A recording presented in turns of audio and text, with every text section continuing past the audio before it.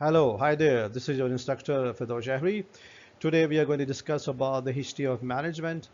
Now, in this chapter, we are going to give attributes to those individuals that have given remarkable work to the principles of management.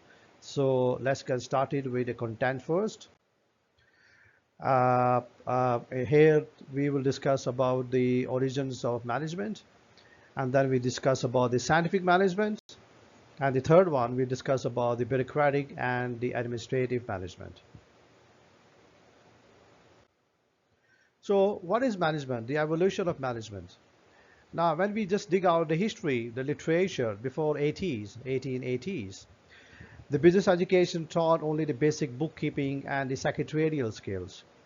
And no one published books or articles about management. Now we do have many kind of research, we have many kind of publications, we have many kind of journals, but way back, I mean 150 years back, there were no kind of any books, there were no articles, there were no kind of research. Decisions were usually made haphazardly without any systematic study, though decisions were not being recorded. So the people just make the verbal decisions. And the customer orders, so they were being transmitted verbally to the shop floors manager, and there were no record of the customer sales and profit and so on. Scientific management, now we can say that it is thoroughly studying and testing the different work methods to identify the best, the more efficient way to complete a job. So we are going to give the attribute to a person called Frederick William Taylor.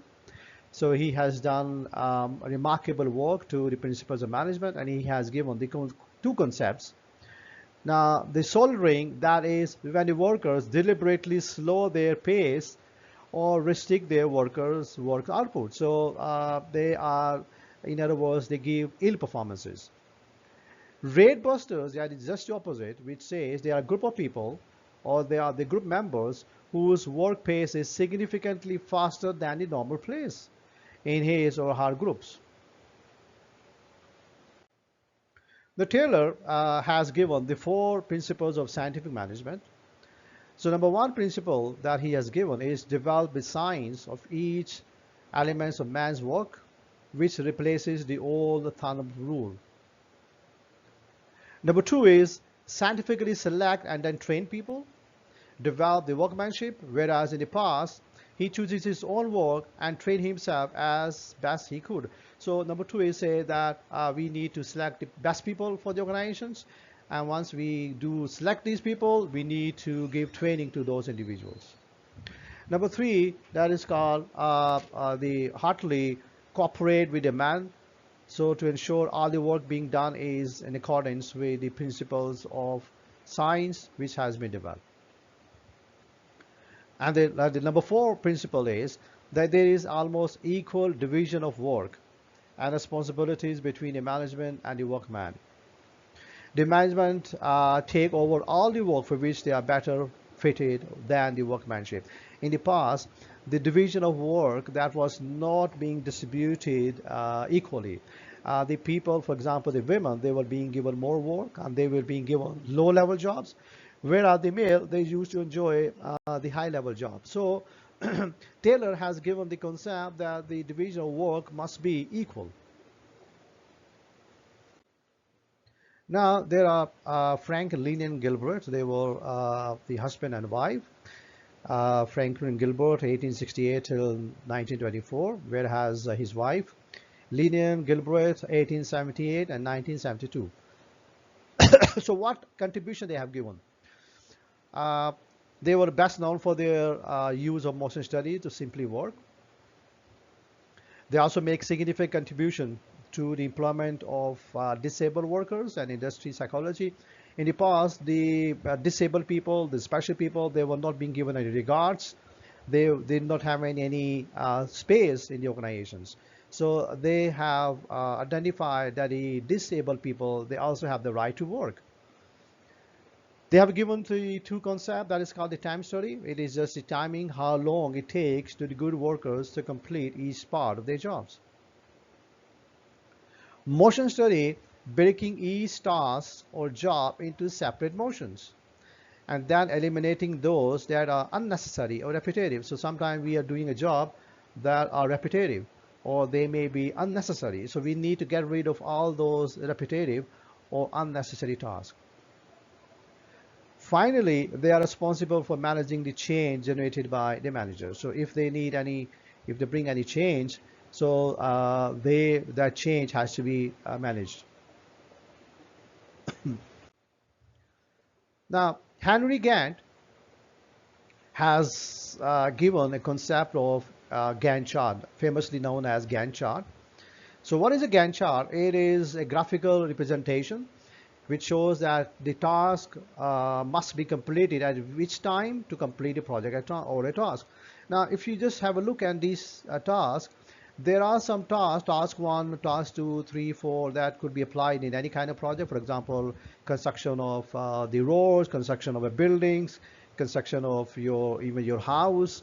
So there are some tasks that could be done simultaneously, but there are some tasks that can be done once the previous task is completed. For example, we can do the tiling and painting simultaneously.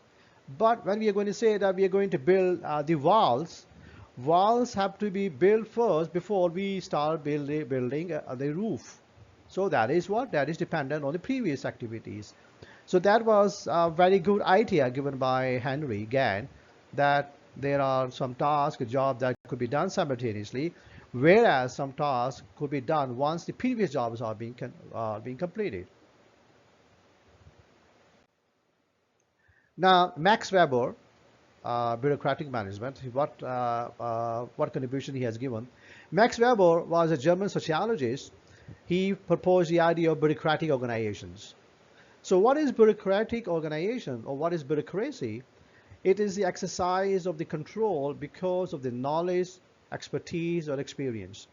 It means bureaucracy comes not from the control or the friendship or favoritism or personal family connections, but only those people that are skillful, that are well trained, that are well motivated, they will make the organization successful. So they are going to make a bureaucratic culture. So only the people that have the skills, they are considered to make the organization successful. But what is bureaucracy? It is derived from a French word, bureaucratie, since the bureau in French means desk or office, and kati or crazy means to rule. Now here we just can have a simple illustration by the Max Weber. So he has given the career orientation. So what is the career orientation? The managers are the career professionals. They are not the owners of units they manage. Division of labor, as we already discussed, that the work should be divided equally to men and women. And authority hierarchy, there is a position. There are top level managers, the lower level managers, the middle level managers. So position required in a hierarchy with a chain of command. And then we have the formal selection. So formal selection is people, they are being selected for the jobs that are well trained, that have the skills, and they are considered to be the right candidates for given jobs.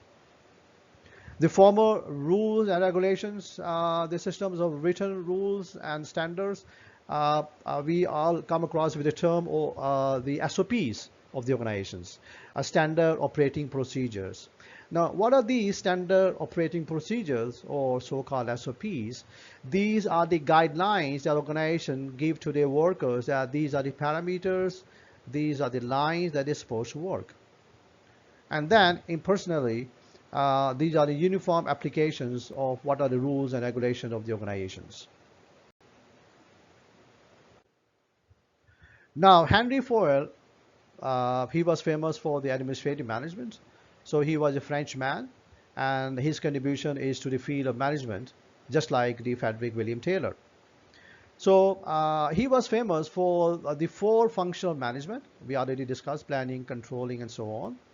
But in fact, he was famous for the 14 principles of management. And now, in most of the business schools, we teach the 4 or 5 principles: planning, organizing, leading, and controlling. In fact, those 4 or 5 management principles are being derived from the 14 principles we are just going to discuss now. So Henry further argued that the success of the enterprises or organization depends more on the administrative abilities rather than the technical abilities. Although the technical abilities are also important, but as per his opinions, his arguments that the administrative duties or abilities, they are more important. Now here are the 14 principles given by Fayol, famously called Fayol's 14 principles of management. So here we have the division of work. As we already discussed, that the work should be distributed equally to men and women. Then we have authority and responsibility. Definitely the top level manager, they are having more authorities.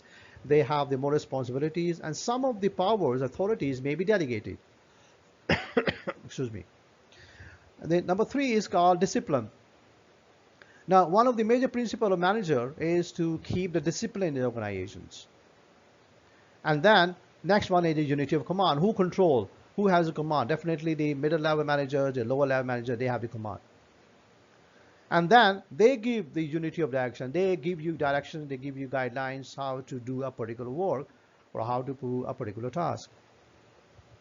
And then we have the subordination of individual interests to general interests. What are the interests of their workers?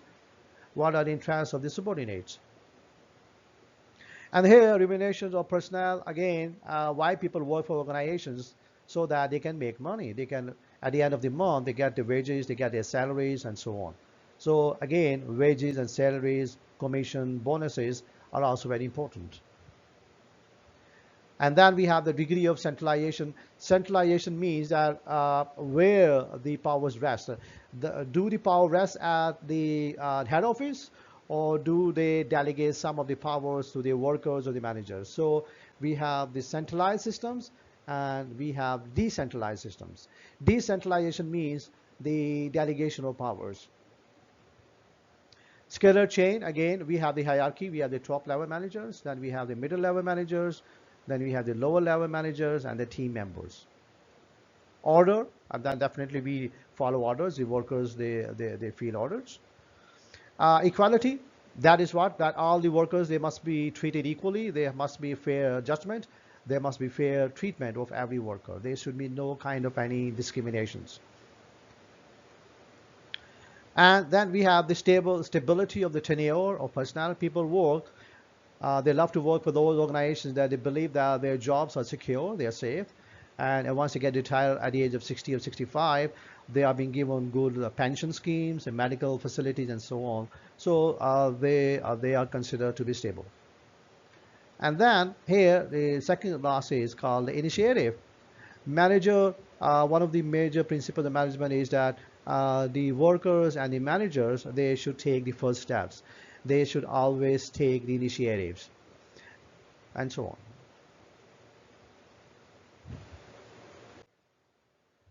Now, there was a lady called Mary Parker Follett.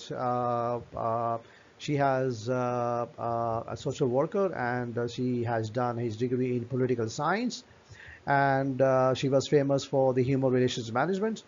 She has given the ideas that the constructive conflict and coordination. In other words, we generally believe that whenever there are conflicts, that is considered to be we just start having negative feeling. According to her suggestions, Mary Parker Follett, she believed that conflicts are always there. So we should rather take conflicts as constructive. So she further said that appearance of differences, people have different opinions, people have different likes, they have different interests. So the people, different opinions, people, different interests must be regarded and they must be respected. Now, there are 3 ways to deal with the conflicts. So number 1 is the domination. So what is domination? That one particular party, they try to dominate other party. They try to control other parties' objectives, and at the expense of other organizations or other parties' experiences, objectives, and desires. So they try to become the dominators. Number 2 is called compromise. Compromise, as the name says, that if there are 2 political parties, if there are two different groups in the organizations. So both parties, they give up some of what they want to reach an agreement on a plan to reduce or settle the conflict.